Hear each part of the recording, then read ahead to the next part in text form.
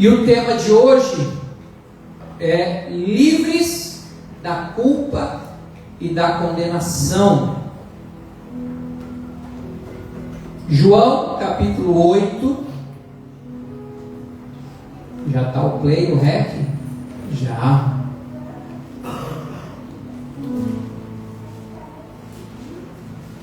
Vamos meditar na vida e na história da mulher adúltera.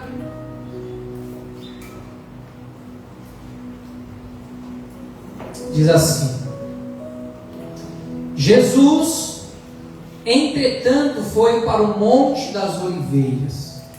De madrugada, voltou novamente para o templo, e todo o povo ia ter com ele, e assentado, fazia o quê?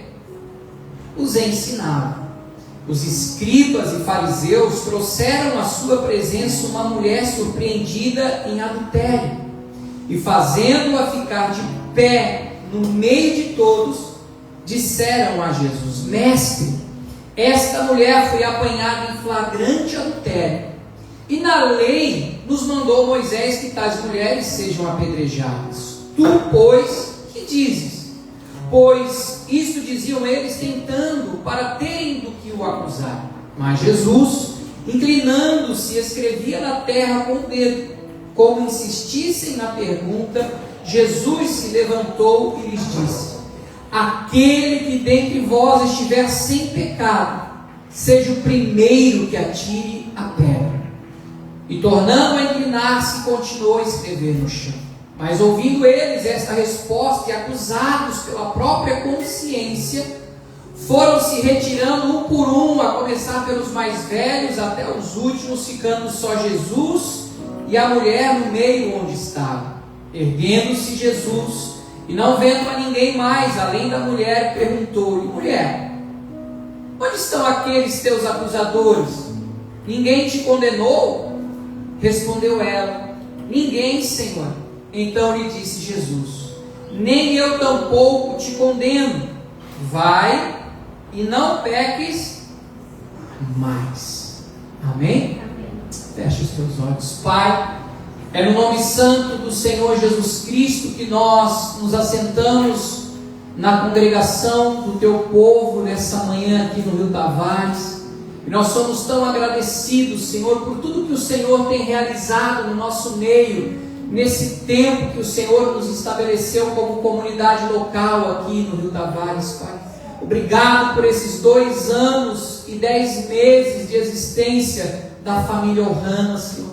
Por todas as pessoas que já subiram essas escadas, que o Senhor salvou, curou, restaurou, transformou, libertou e ainda está operando em nossas vidas e dentro dos nossos corações e dentro das nossas casas, Pai. Louvamos, bendizemos, porque, como disse o teu povo há tantos anos atrás, até aqui nos ajudou o Senhor. E nós cremos que apenas o início de uma linda e transformadora história de vidas e de famílias inteiras, Pai. Não é por acaso que o Senhor nos gerou Ohana. Não é por acaso que o Senhor nos tem dado uma família da fé aqui no sul da ilha, Pai. E nós somos eternamente gratos, porque, como diz o Salmo 126, grandes coisas tem feito o Senhor por nós, e por isso nós estamos alegres. Fala conosco nessa manhã, Senhor, para que haja entendimento, compreensão daquilo que é a verdade, e que essa verdade do teu reino, essa verdade do teu coração, esses princípios e valores possam trazer luz, trazer cura, trazer libertação e transformação de mentes e de vida a cada um de nós, Pai. Porque assim como essa mulher que saiu da tua presença, Deus, não mais debaixo de culpa e nem de condenação, que possamos ser livres de todo sentimento de acusação, de culpa e condenação. Assim oramos, agradecidos, em nome de Jesus. Amém. Amém, queridos. livres de toda culpa e condenação. Quarta-feira nós demos início a mais esse estudo no mês de abril, e Deus falou claramente ao nosso coração que em Cristo nós precisamos aprender e entender que nós já somos completamente perdoados. E é um tabu quebrar isso, porque nós viemos de uma cultura religiosa onde a grande parte até mesmo dos cristãos tem um entendimento que a religião cristã é aquela que impõe sobre nós culpa. E na verdade é exatamente o contrário. Não a religião cristã, mas a cultura do reino, por meio do próprio rei que veio e deu a sua vida de uma maneira sacrificial e substitutiva por nós naquele Calvário, trouxe sobre nós uma vida de absolvição, de justificação, de libertação, de perdão. Por isso é que nós recebemos exatamente uma vida nova.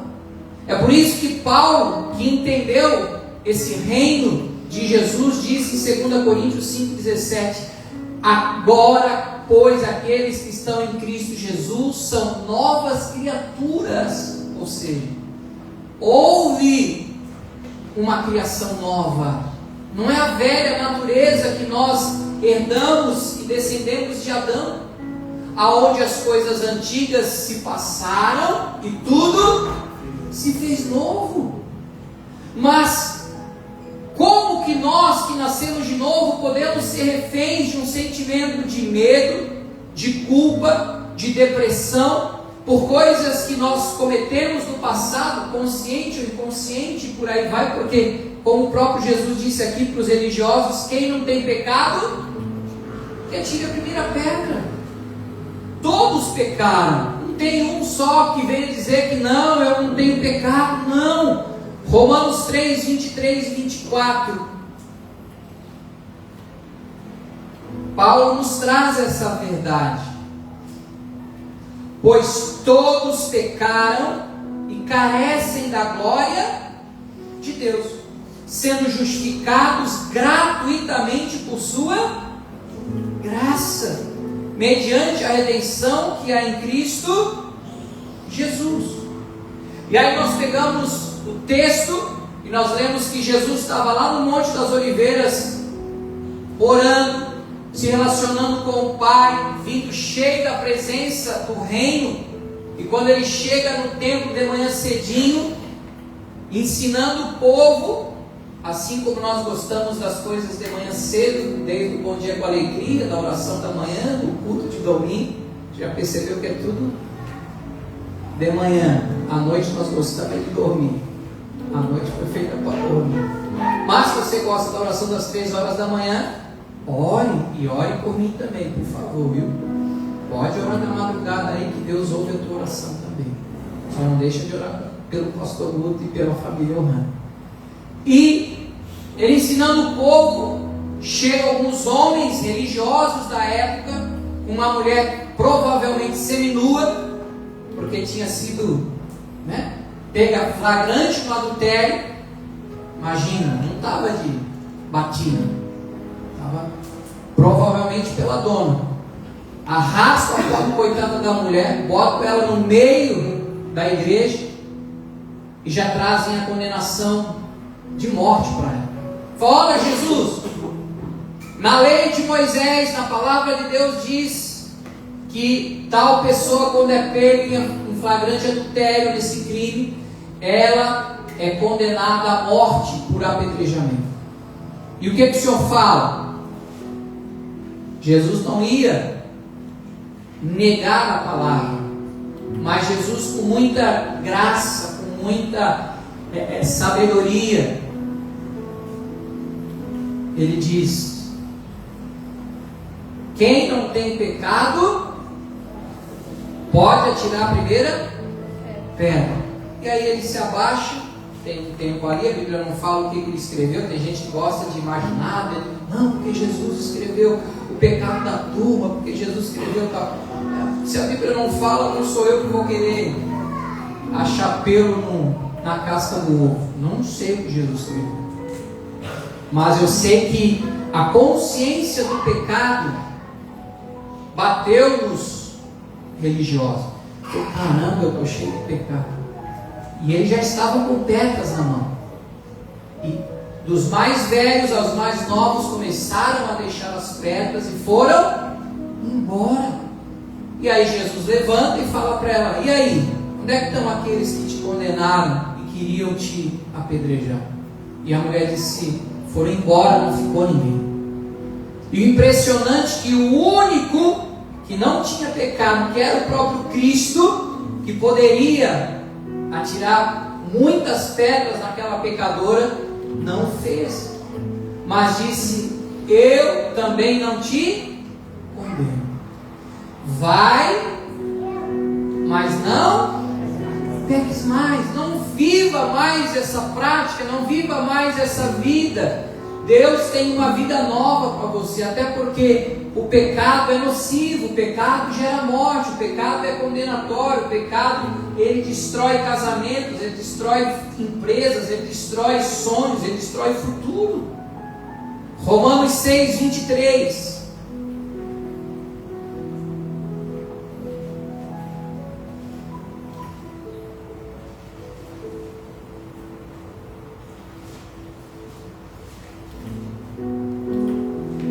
O salário do pecado é a morte. Mas o dom gratuito, ou seja, o presente de Deus para nós, é o que? A vida eterna em quem? Em Cristo Jesus, o nosso Senhor. Então nós precisamos entender nesse mês de abril, gente, por favor, que nós não somos perdoados com base na nossa compreensão sobre o pecado. Vou repetir: nós não somos perdoados com base na nossa compreensão sobre o pecado, mas com base na graça e no amor de Deus que proveu a salvação perfeita através de Jesus Cristo. Não é nós que vamos a Deus com os nossos sacrifícios, foi Deus que veio até nós com o seu sacrifício. E é difícil a gente entender isso, porque culturalmente a gente aprendeu que nós temos que sacrificar, que toda base, essência de religião é aquela história, há um Deus lá em cima do monte, e que para a gente ser aceito por Ele, para Ele nos perdoar, para Ele mandar chuva para a terra, mandar fertilidade e tudo mais, precisamos sacrificar. Geralmente é uma loira virgem, né? Coitada da loira. Até isso tem o estereótipo, ou o animal perfeito e tudo mais. Mas no reino de Deus não é assim. No reino de Deus, os seus princípios e valores, falamos o mês passado a respeito da cultura do reino.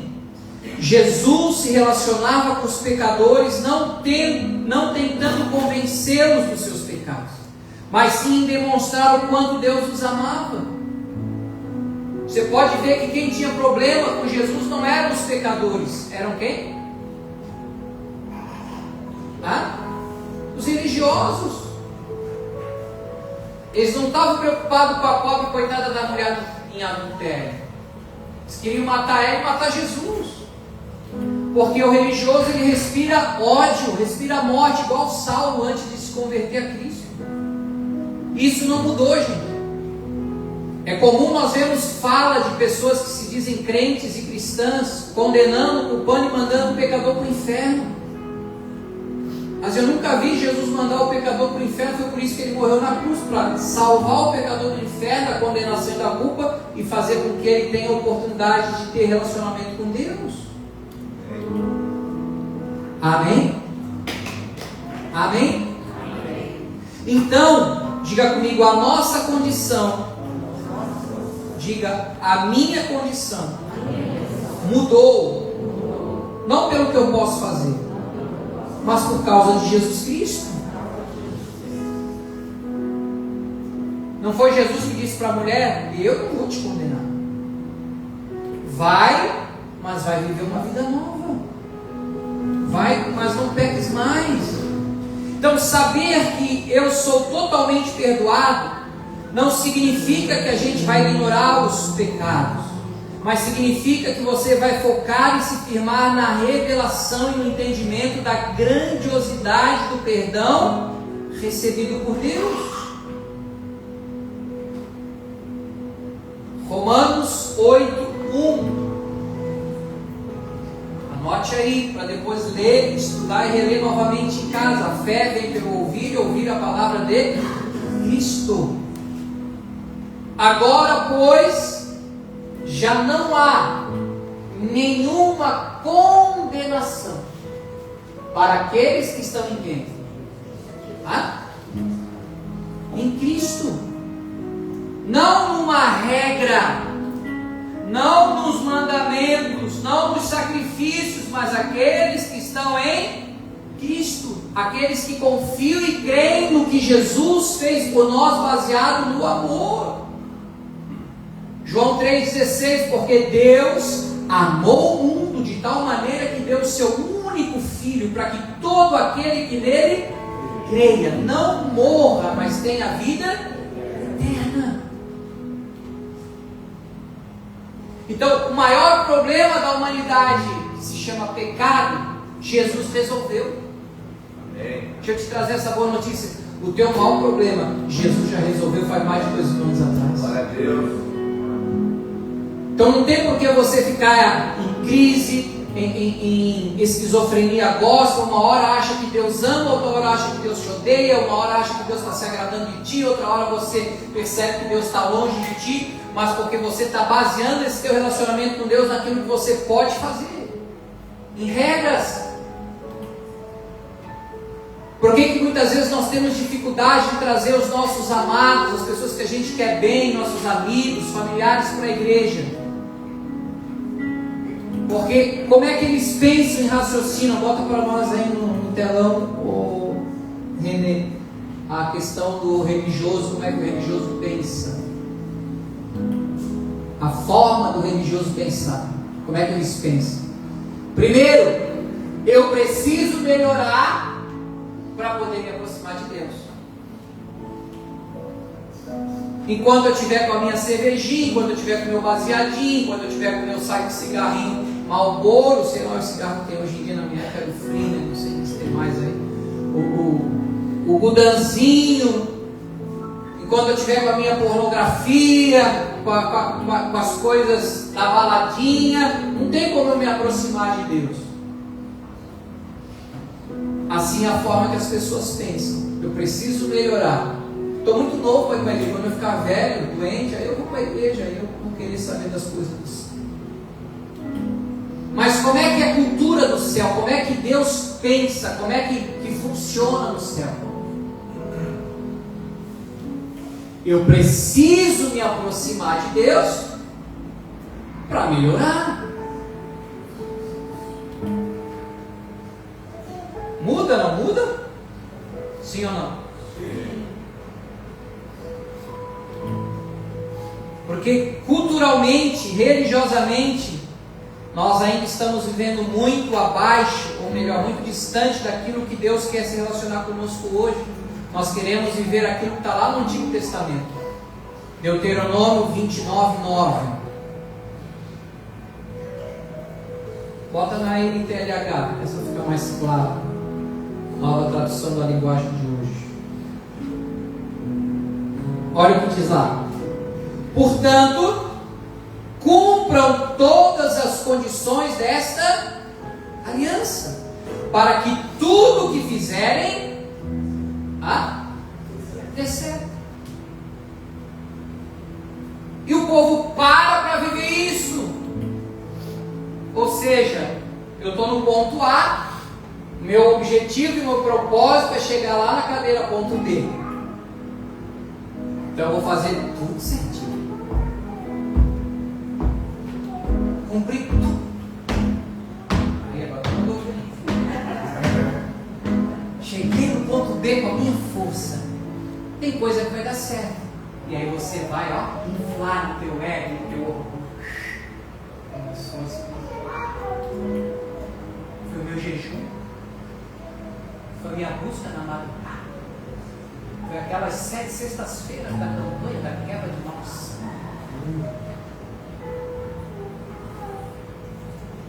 E aí você, tá legal. Mas se não deu certo, cara, o que eu fiz de errado? Puxa, meu filho está no mundo, caramba, minha sobrinha engravidou, sempre casada, uma menina de 17 anos. Cara, eu tinha todo projetado, ia toda segunda, primeira do mês lá no empresário, assessorava, me ensinava. Cara, mas quebrou, faliu a empresa, e agora, meu Deus, o que eu fiz de errado? E aí tu é derrubado no sentimento de culpa, de condenação. Por que as coisas não estão dando certo? Porque eu prospectei lá chegar no B, mas eu não cheguei. Por quê?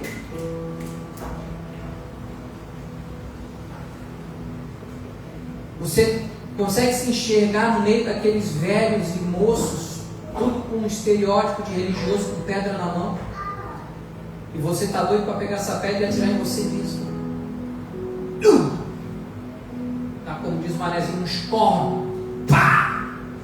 Muitas vezes a tua vontade foi essa, de jogar a pedra na tua própria cabeça, porque você errou tanto. Essa é a cultura do religioso. Essa é a cultura daqueles que não entenderam o que Jesus fez por nós naquela cruz, gente. Ezequiel 18, 20.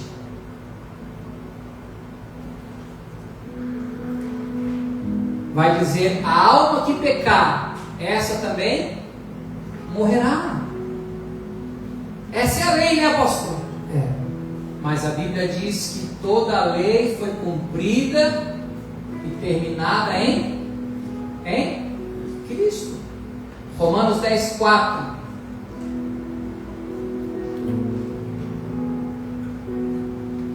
Porque o fim da lei é Cristo, para a justiça de todo aquele que faz ou crê, sacrifica ou crê.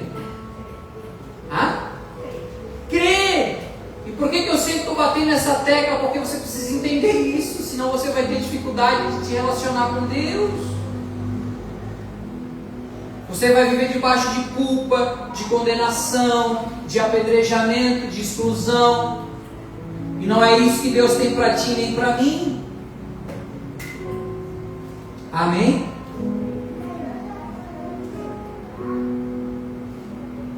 Por quê? Porque Jesus exatamente na cruz tomou o nosso lugar. 2 Coríntios 5, 21. Isso aqui você precisa entender.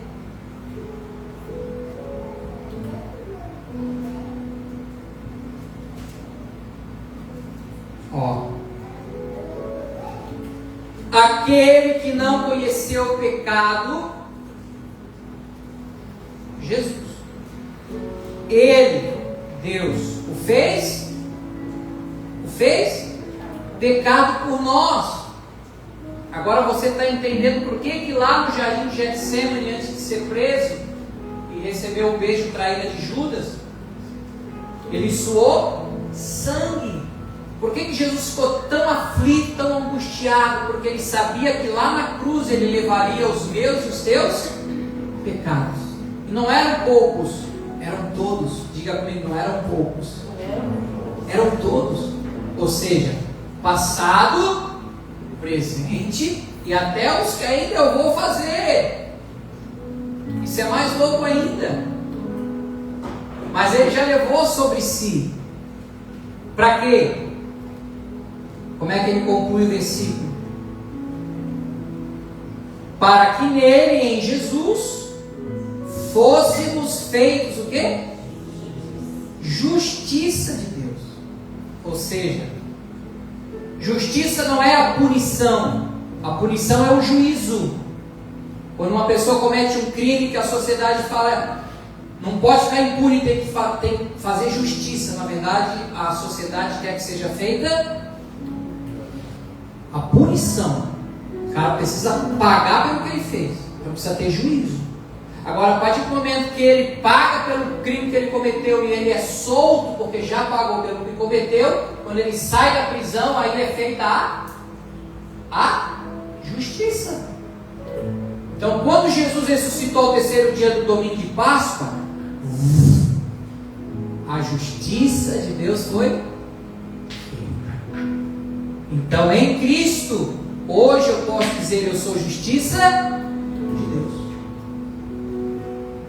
Então, eu quero te desafiar, eu quero te encorajar, mesmo quando você estiver lá no meio, de repente, da tua luta, com as tuas fraquezas, com os teus vícios, mesmo que você ainda tenha dependência de algum remédio, toma um remédio e fala: eu sou justiça de Deus, pelas pisaduras do Senhor fui curado. Mesmo que você ainda esteja preso ao baseadinho para dar uma relaxada, porque em Floripa todo mundo é maconheiro. Não, nem todo mundo é maconheiro, não. E não estou aqui condenando quem fuma, mas você pode fumar o teu baseadinho e dizer: eu sou justiça de Deus.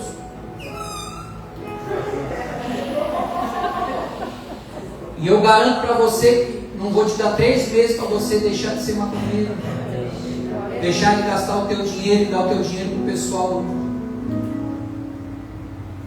e você ter paz que o baseado não te dá, porque você vai entender que você é justiça de Deus, não é mais um pobre, miserável pecador, porque Jesus mudou a tua sorte. Você precisa crer nessa mensagem. E o que é arrependimento? Antes de arrependimento, vamos ver o que é misericórdia.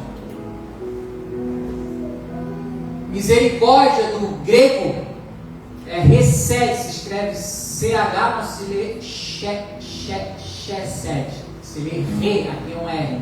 A pronúncia é resed, ou seja, misericórdia no Antigo Testamento significa amor, bondade, misericórdia, graça. E no Novo Testamento foi escrito em grego, é eleus, que tem o mesmo significado. Então Deus diz assim, ó: misericórdia quero e não sacrifício. Aí o que acontece com a maioria do povo de Deus? Tem remorso. Ele vem, ele chora, ele diz que não vai mais fazer, pipipi, papapá, sai bem. Primeira oportunidade de ver lá fora, vai pisar na jaca de novo, vai fazer da jaca pantufa. Porque não houve arrependimento. Você está entendendo? E aí o remorso é algo incompleto. Você se entristece, você reconhece, mas não muda. Para haver mudança tem que haver ação do Espírito, ação da palavra de Cristo e quebrantamento do nosso coração. Para haver o verdadeiro arrependimento. Lembram que Jesus falou lá em Marcos 1, 14 e 15? João Batista foi preso e aí Jesus começa pregando, dizendo: arrependei-vos, porque é chegado o reino dos céus. Creem nessa pregação, creem nessa mensagem. Então o que é o arrependimento? Olha que coisa linda. Arrependimento agora eu vou ao contrário, do grego metanoia, ou seja, mudança de mentalidade. Mas no hebraico é techuvá. E aí eu já fui mais, escondi um pouquinho e aprendi que techuvá, com os desenhos antigos, que cada letra do hebraico tinha um simbolismo de um desenho. Por causa da cruz, retorne para a graça. Isso é lindo. Ou seja, arrependimento é eu me voltar para Jesus. Arrependimento é eu ouvir o que Jesus tem a meu respeito. Arrependimento é aquilo que Jesus falou para a mulher: eu não vou te condenar, mas vai e não peques mais. Ou seja, muda de vida, porque eu vou te ajudar, eu vou estar contigo. Tu não vai mais estar sozinha nessa vida de morte. Livre-se desse pecado e vai viver um tempo novo que eu tenho para ti.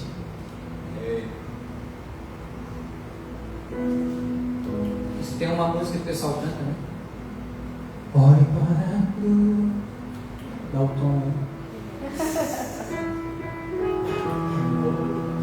achou que eu ia cantar, não. Aí não, tá fora da minha. Deus não me deu essa opção, não. Obrigado pelo tom, pastorinho. Tá mandando bem hoje. E esse amor e essa bondade de Deus de nós voltarmos para a cruz é tão linda, gente. Mas tão linda. Que eu quero encerrar a mensagem hoje para a gente orar, fechando com a genealogia de Cristo. A gente está dando curso, a cultura e o DNA da nossa igreja Ohana para o pessoal. Ai, pastor, mas tem muito nome lá, uma loucura, câncer, que é o fulano, que era filho do fulano, da fulana, que meu. Mas tu tem um propósito na Bíblia. Não está ali por acaso, não foi acidente. E se a gente olhar para Mateus 1, a gente vai ver a genealogia de Cristo.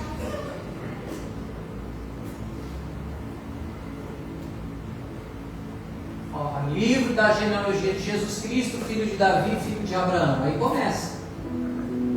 2. Abraão gerou Isaac, Isaac é Jacó, Jacó, seus irmãos, piriri, parará, e vai até, se não me engano, vai. Aí tem uma hora que diz, até aqui foram 14. Aí vai mais um pouco, daqui a pouco ele vai dizer, agora foi mais 14. E no meio desses homarada toda, Mateus não errou, não foi por um acaso que Mateus colocou quantas mulheres? Oh, muito bem, 4 mulheres.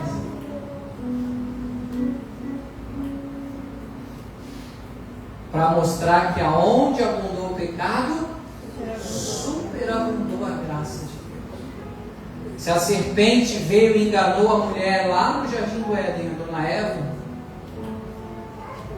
Deus falou, eu vou restaurar e eu vou abençoar a vida da mulher. É impressionante que os religiosos falam que mulher não pode ter chamado, mulher não pode ser pastora, né? Biblicamente não tem mulher. Aqui na Ohana Church, mulher pode ser pastora sim. Amém? Deus vai levantar pastoras no Ohana. Mulheres cheias da unção da palavra de Cristo para ajudar, aconselhar, instruir, pastorear. Não tinha mulheres que eram pastoras? Os caras gostam da exclusão, que é uma loucura. E dessas 4 mulheres, algumas como a própria Ruth, como Moab, não tinham nada a ver com a história. Deus, como Tamar, Deus botou ali os filhos, bota elas aí. E se a gente fechar o finalzinho dela lá, deixa eu ver lá no 14, 17, ó, de sorte que todas as gerações desde Abraão até Davi são 14, desde Davi até o exílio da Babilônia 14, e do exílio da Babilônia até Cristo 14, fazendo uma continha, 14 vezes 3 dá. Bota a conta pra mim que o meu cabeleireiro, meu barbeiro é bom de lábia, futebol e cabelo. 14 vezes 3 dá 42. 42 na Bíblia é um número que aponta para um descanso depois de um período de provação. Pastor. Sabe quantas vezes o povo que peregrinou pelo deserto, desde a saída do Egito até chegar na terra prometida nesses 40 anos, quantos acampamentos eles fizeram? 42. Nada é por acaso, gente. Para depois eles entrarem no descanso, para chegarem na terra prometida. Então, os hebreus fizeram 42 acampamentos até chegar na terra prometida, gente. Terra de descanso. E eu quero que você aprenda a ter paz e descansar na obra do Calvário, porque todos os teus pecados já foram perdoados.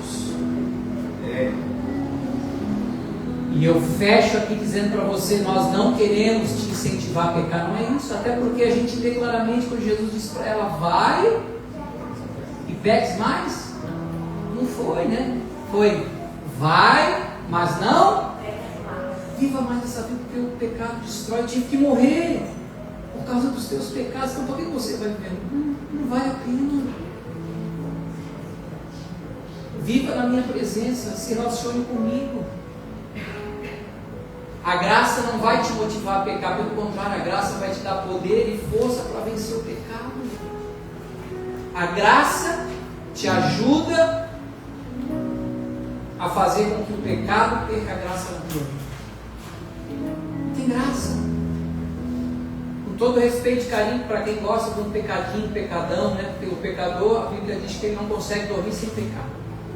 Não, passei o dia todo legal, hoje tu tem que fazer alguma lambança, tem que fazer alguma cagadinha antes de dormir, porque senão não vai ser legal. Ele procura alguma coisa para falar, para fazer, arrumar um roubo, sei lá. Para quê? Não é mais inteligente? Está de bem com a vida com Deus, está de bem com a vida com o Senhor, está de bem com a vida com as pessoas, porque se eu estou de bem e meu relacionamento é saudável com Jesus, consequentemente aqui na minha horizontal, o meu relacionamento com as pessoas também vai fluir, vai ser bênção. Quem está me entendendo? Por isso que Hebreus fala, segui a paz com todos, pois sem a santificação ninguém verá Deus. Então não é o que eu faço, é o que Jesus já fez por mim. E eu sei que é uma luta diária, mas Deus vai nos dar graça para você ter liberdade para se relacionar com Jesus Cristo, com a sua palavra, em alegria, em amor. Não é regra, não é o que você pode, o que você não pode, é estar com Ele.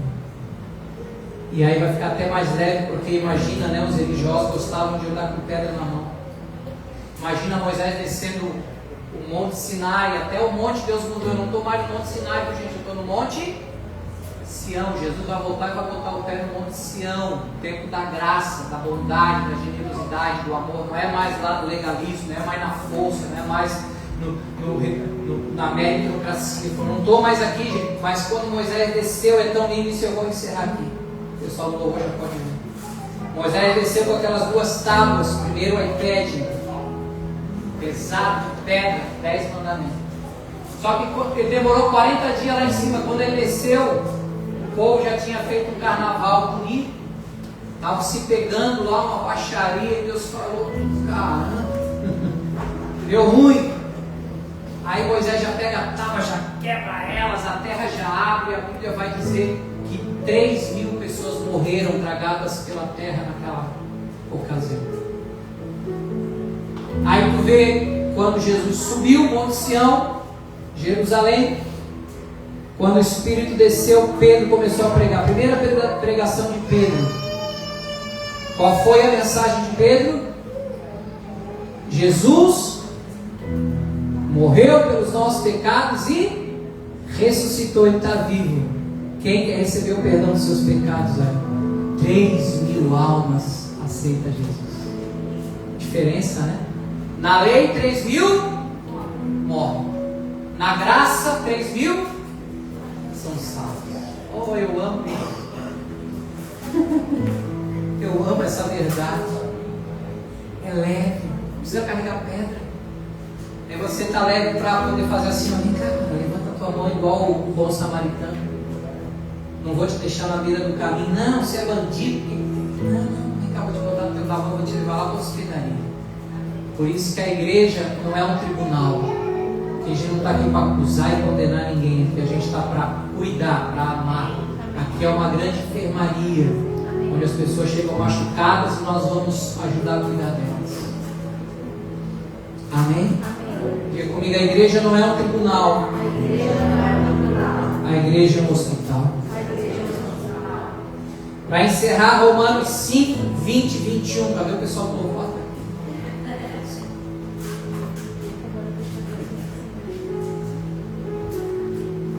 Vamos ler na NVT, nova versão transformadora, transformada.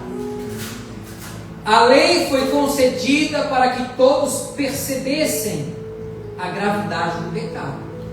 Mas à medida que o pecado aumentou, o que aconteceu? A graça se tornou ainda maior.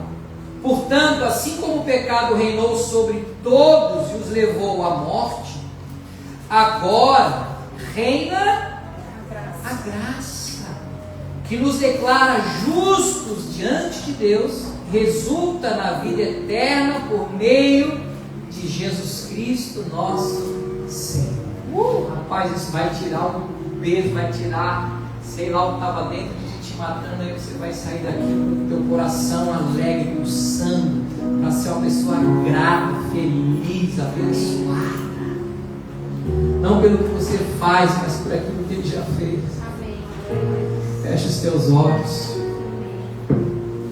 Eu só tinha os meus pecados pra lhe oferecer, mas mesmo assim, meu amor, mas mesmo assim, meu amor, uma frase tira a pedra, quem nunca pegou, Ele me perdoou. Com os olhos fechados, ouça essa música. Eu só tinha os meus pecados pra lhe oferecer, mas mesmo assim, meu amor, mas mesmo assim, meu amor, Aquela mulher não tinha nada a oferecer. Uma mulher adúltera, pecadora, criminosa. Havia uma sentença de morte contra a vida dela.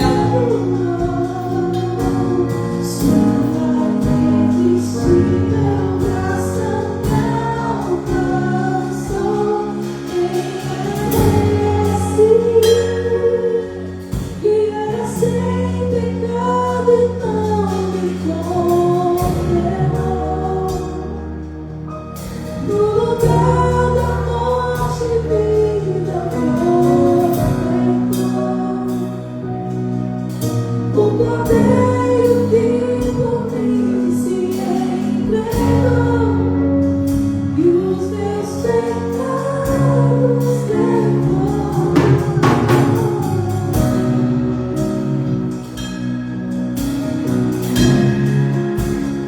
Jesus levou os seus e os teus pecados naquela cruz. Nós estamos livres da acusação, da culpa, da condenação. E nessa manhã, com os teus olhos fechados, se você ainda não aceitou Jesus e o que o sacrifício dele proporcionou para você naquela cruz, eu quero orar por você nessa manhã. A Bíblia diz que quando nós cremos no nosso coração e confessamos com a nossa boca que Jesus